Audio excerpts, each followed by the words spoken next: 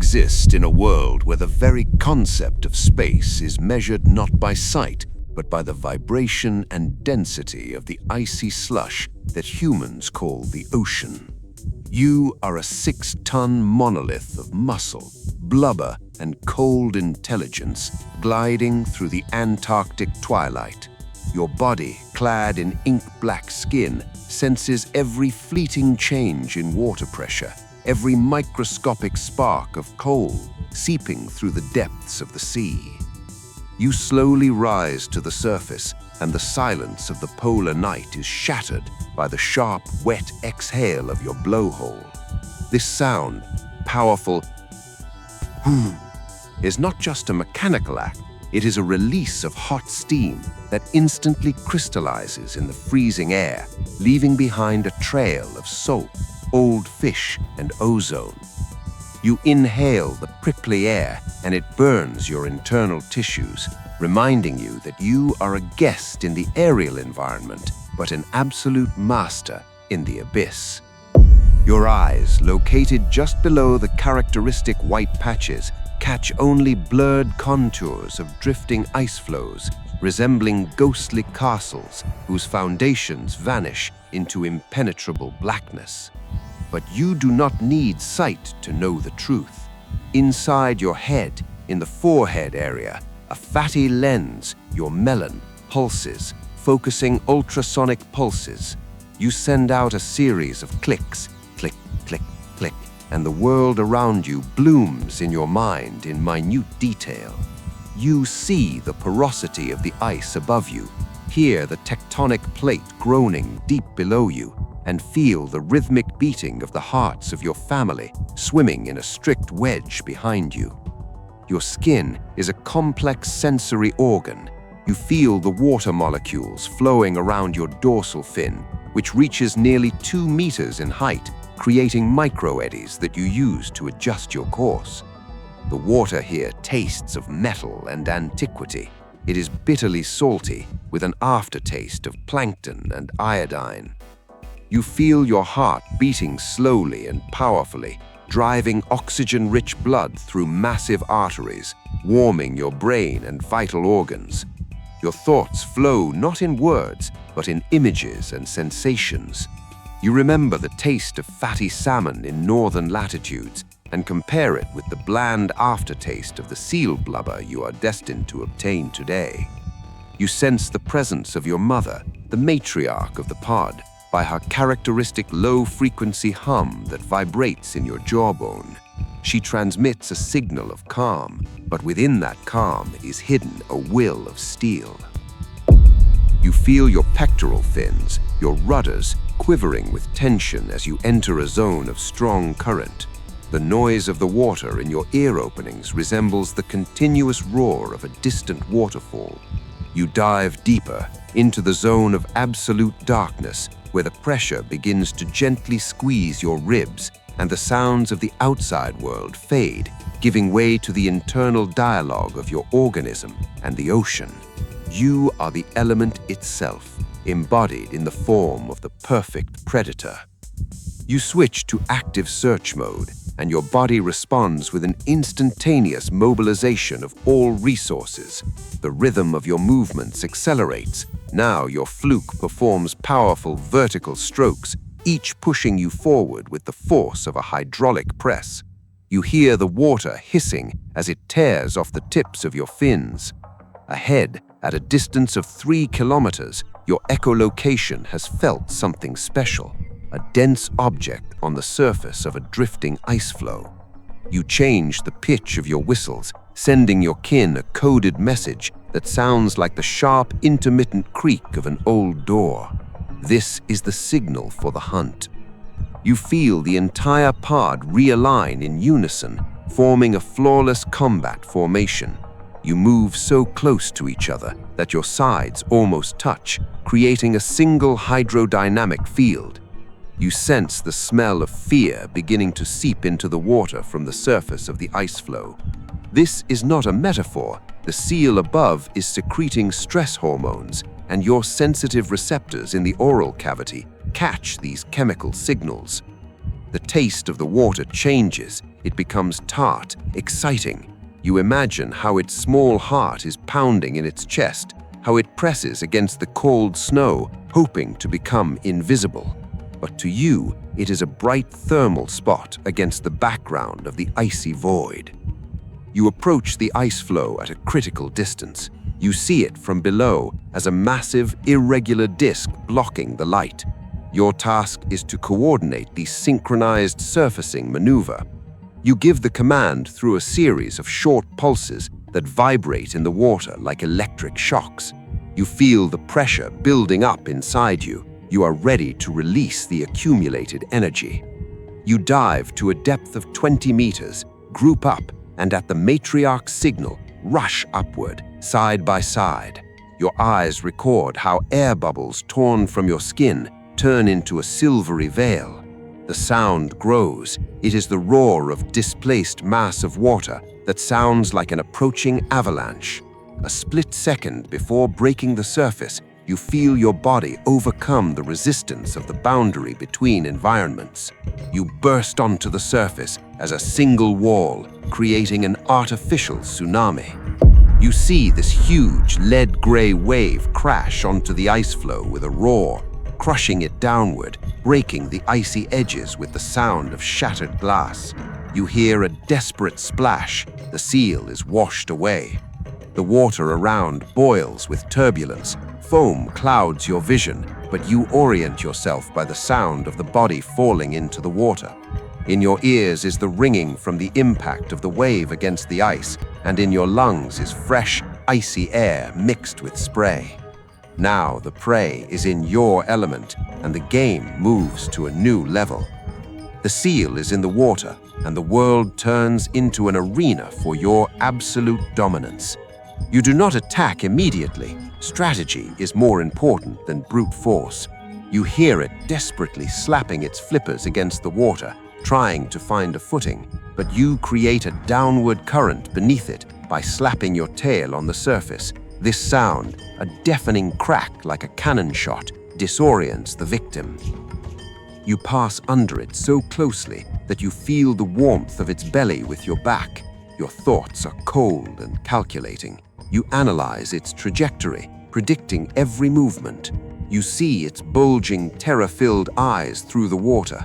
Its pupils are dilated. It sees your huge shadow and understands there is no escape.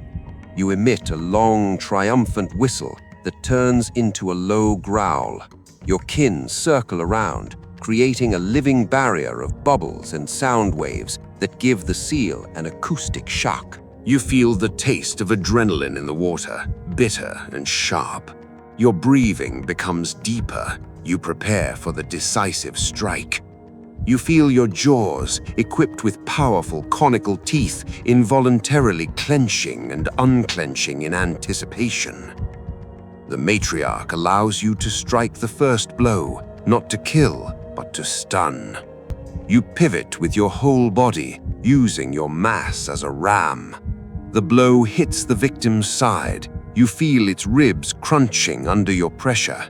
This sound is transmitted through your head like the dry snap of breaking branches. The seal goes limp, and you gently nudge it towards the surface, giving the young orcas a chance to examine the prey.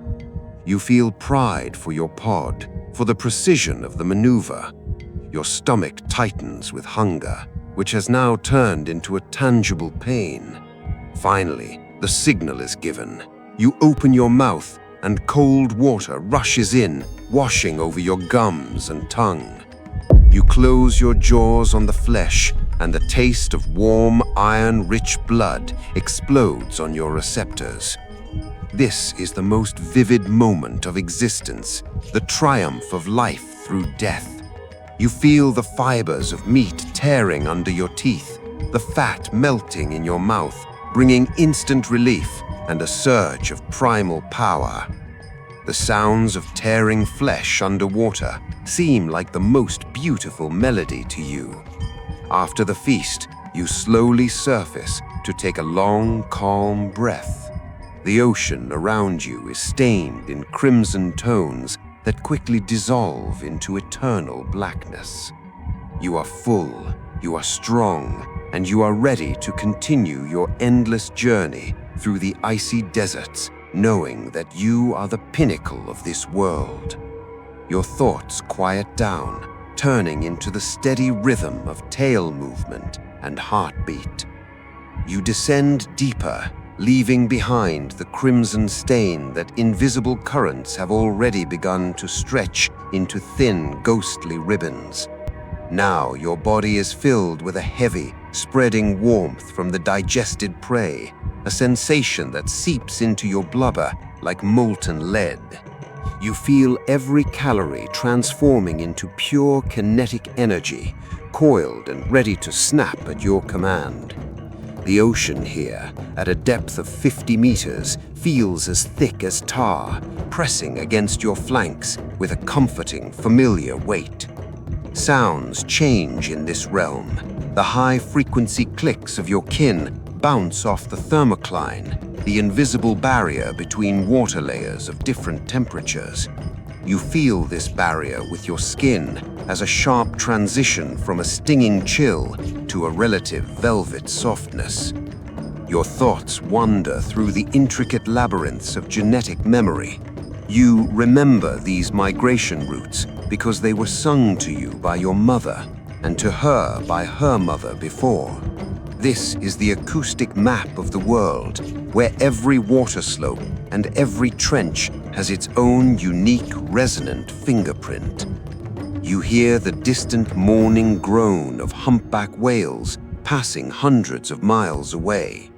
This sound, low, vibrating, piercing to the very marrow of your bones, reminds you that the ocean is vast, but you are not just a wanderer within it.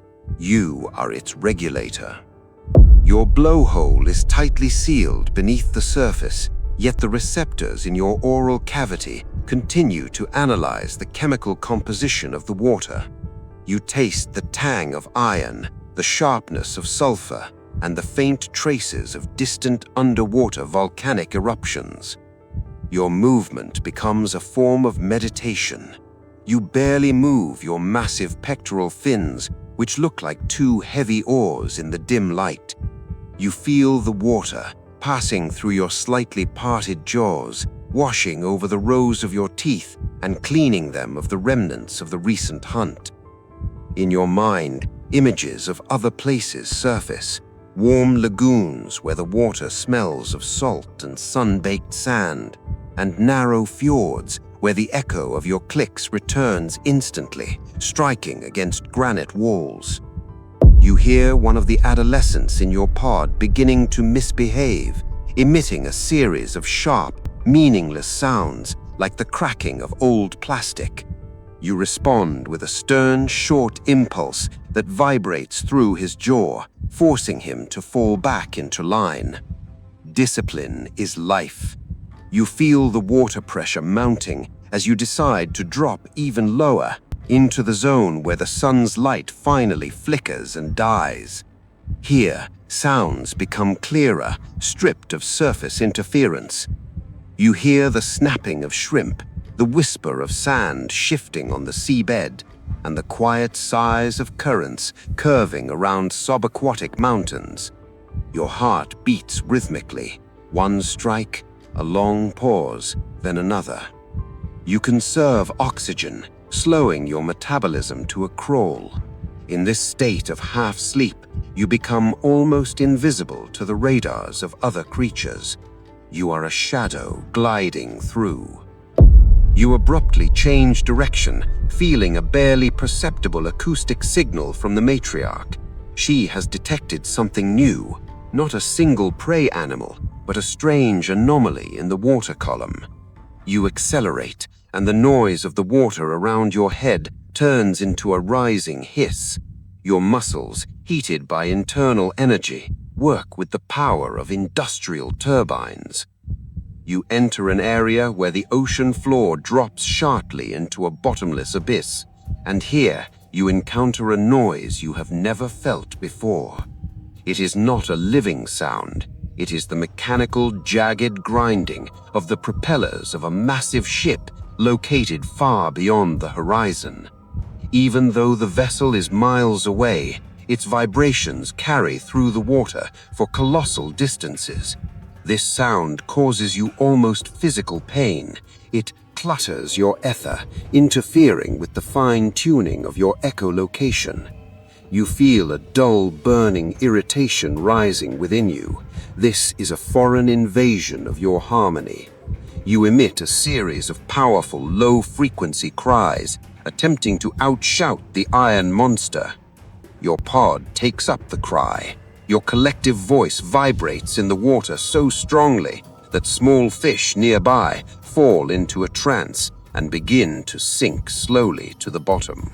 You smell oil and burnt fuel, a thin, oily film that seeps even here into these untouched waters. This smell is repulsive to you. It reeks of death and stagnation, unlike the living scent of decaying organic matter. You lead the pod in a detour around this acoustic clutter, using deep canyons as natural sound shields. You feel your fins brushing against the cold walls of underwater rocks covered in sharp barnacles and soft, swaying sponges. The taste of the water here changes to something earthy, with a hint of minerals and ancient dust.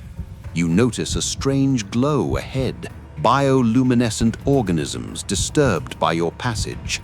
They flash with tiny sapphire sparks, illuminating your black body for a fraction of a second. You feel like a gargantuan ghost flying through a star-filled sky. You hear life pulsating deep within the canyon, the movements of squids creating nearly invisible eddies. But today you are not seeking them. Your goal is to regain control of your territory. You perform a breach through the thermocline, bursting from the abyss toward the very surface. The splash of your body, weighing several tons as it crashes back into the water, sounds like a massive explosion. You do this again and again. It is a demonstration of power, your way of declaring to the ocean that you are here and you remain the master. You feel the water droplets on your skin turning into ice under the touch of the Arctic wind, and this contrast of temperatures invigorates you, making your blood race faster through your veins. The time for rest arrives, but rest for you is not sleep in the human sense. You deactivate only one hemisphere of your brain, leaving the second one on guard. You drift slowly near the surface, your dorsal fin swaying lazily above the water like an abandoned buoy. You hear the world above the surface living its own life, the cries of gulls, the howl of the wind, the rustle of ice crust. But your primary attention is anchored to the underwater world. You feel your kin lined up in a circle around you, creating a protective defensive perimeter. Your shared breathing, synchronized heavy sighs, creates a misty cloud in the frost-bitten air. You sink into a state of deep trance where images of the past and present mingle. In your imagination, you see enormous schools of herring that you once drove into bubble nets, and you feel the taste of fatty fish on your tongue. You hear sounds that your ancestors made thousands of years ago. These codes are stitched into your songs. They are as immutable as the movement of the stars. In this state of semi-sleep, you feel a connection to the entire planet. You are part of the global bloodstream of the ocean, its white blood cells standing guard over order. Your thoughts become fragmentary and fluid. You feel the cold caress of the water gently enveloping your eyes. You feel the processes of restoration occurring within your body. Micro tears in your muscles, earned during the hunt, are knitting back together, and the oxygen stores in your tissues are slowly being replenished. You hear the seabed creaking somewhere far below, adjusting under the weight of the massive ice sheet. This sound, a deep, visceral groan of the earth, soothes you. You realize your own fleeting nature compared to these eternal ices, yet at the same time, you feel your superiority because you are a spark of life in this dead cold. You are a warm-blooded miracle in a world of absolute zero. Suddenly, you feel a change in the rhythm of the matriarch's heart. She has awakened. Your second hemisphere instantly snaps into action, and you are fully here again, in the moment. You feel a surge of new strength, your senses sharpen to a razor's edge. You are ready for a new crossing, for new hunting grounds. The ocean calls to you with its endless polyphonic roar, and you answer it with a short, sharp impulse of readiness. You begin your movement once more, slicing through the water with the ease of a knife, leaving behind only a long, vanishing trail of air bubbles and silent, majestic power. You enter a zone where the frozen ice fields of the Antarctic give way to the open, restless ocean, and the character of the water here changes fundamentally.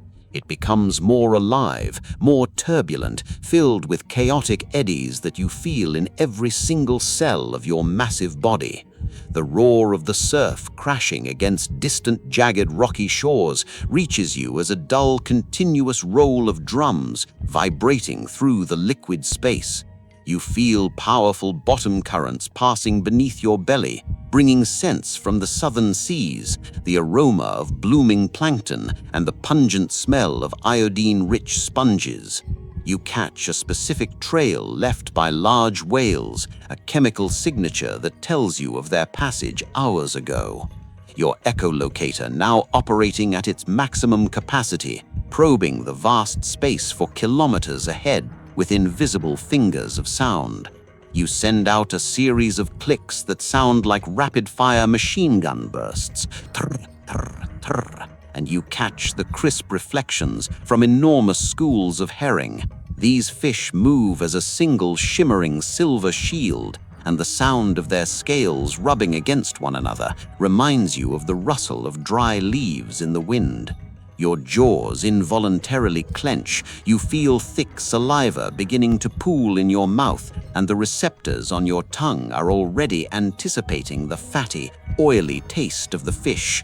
You give the signal to the pod, a long modulated whistle that starts on a low note and climbs into the ultrasonic range. The vibration makes the water around your blowhole shimmer. Hunting herring is not just a meal, it is a high-order ballet. You and your kin begin to describe wide circles, gradually tightening the ring around the school. You hear the fish panicking. Their chaotic movements create a white noise in the water, which you masterfully filter out with your specialized hearing. You employ the bubble net tactic. You dive beneath the school and begin to slowly release air from your blowhole. You create a wall of shimmering, pearl-like bubbles. The sound of this process, the hissing and popping of thousands of tiny spheres, resembles the noise of a heavy downpour on a metal roof. The fish are terrified to cross this barrier and huddle into a dense, vibrating ball, a bait ball. You feel this living core pulsating in the center of your circle. Your thoughts are focused on the millimeter precision of your movements. You make a sudden lunge, striking the edge of the fishball with your fluke. The strike is so powerful, it creates a cavitation effect, a sound like a palm slapping water multiplied 100 times. Dozens of fish are stunned, their scales flashing like silver coins. You pick them up one by one, feeling their slippery bodies with your tongue. The taste of fresh fish, pure, cold, and filled with the energy of the ocean, gives you a new impulse. You feel like an invincible titan whose will governs life itself in these waters. Time flows imperceptibly, and now you're crossing an unseen border where cold currents collide with warm streams flowing from the equator. This is a frontal zone, a place where two worlds clash. The water here smells different. It is more crowded with life, more organic, more chaotic. You feel your skin, accustomed to the stinging cold, relax in these softer, more temperate layers. But with the warmth comes a new danger: parasites. You feel an itch on your dorsal fin and under your pectoral flippers. Tiny barnacles are trying to take hold on your smooth, hydrodynamic skin. You hear their microscopic scraping, which to your hypersensitive ears sounds like a persistent, annoying whisper. To rid yourself of them, you lead the pod toward the shallows, where the seabed is covered in large, smooth pebbles. The sound of waves rolling stones on the shore, shh, becomes your acoustic guide. You lay on your side in the surf zone, allowing the water to roll your body over the stones. The friction of the rocks against your skin generates a deep, hollow hum that vibrates through your entire skeleton. This is your personal ritual of purification. You feel the sand scrubbing away the remnants of dead skin, while the cold jets of water massage your powerful muscles. In this moment, you feel a strange vibration, not from the water, but from deep beneath the earth. It is a distant earthquake, whose sound, a low infrasonic groan, makes your heart stop for a heartbeat. The ocean reacts instantly. Small fish vanish into crevices, and the birds above fall silent. You hear the mass of water begin to hum like a taut string. Your instinct, honed by millions of years of evolution, commands you to head for deep water. You emit a sharp, urgent alarm cry, whip, whip, and the entire pod bolts instantly. You feel the pressure mounting behind you. A tsunami wave is coming, still invisible on the surface, but possessing colossal energy beneath. The sound of this wave is a rising roar, like the approach of an endless freight train. You move into the open sea, away from the treacherous coastlines. Your lungs work at their limit. You take deep, greedy breaths at the surface, feeling the spray turn into salt dust on your eyes. You feel the power of the planet, which far exceeds your own, and this realization fills you with a rare humility. You are the great predator, but you are only a guest on this ancient, living world, whose rhythms dictate the rules of the game. Days pass, and you find yourself in the region of deep-sea trenches, where the floor drops away from many kilometers. Here, eternal night reigns, and sounds take on an almost tangible density. You hear the songs of the great depths, the snapping of corals breaking under the weight of deep currents, the strange clicks of giant squids, and a distant, ghostly hum whose origin you cannot determine. Your echolocation paints landscapes before you that no human eye has ever seen. Canyons deeper than Everest, peaks crowned with salt crystals. You smell sulfur and ammonia rising from hydrothermal vents, the black smokers. The water there is heated to temperatures capable of melting lead, and you hear it hissing as it erupts from the Earth's crust, creating a sound like a gargantuan steam engine.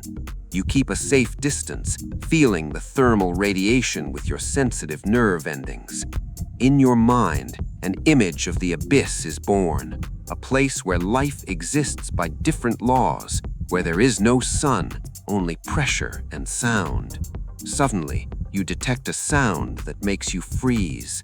It is a rhythmic thumping, thump, thump, thump. It's not a whale, and it's not a fish. It's the sound of a submarine sonar. To you, this sound is like a whip crack against an exposed nerve. It is unnaturally clean, mechanical, and aggressive.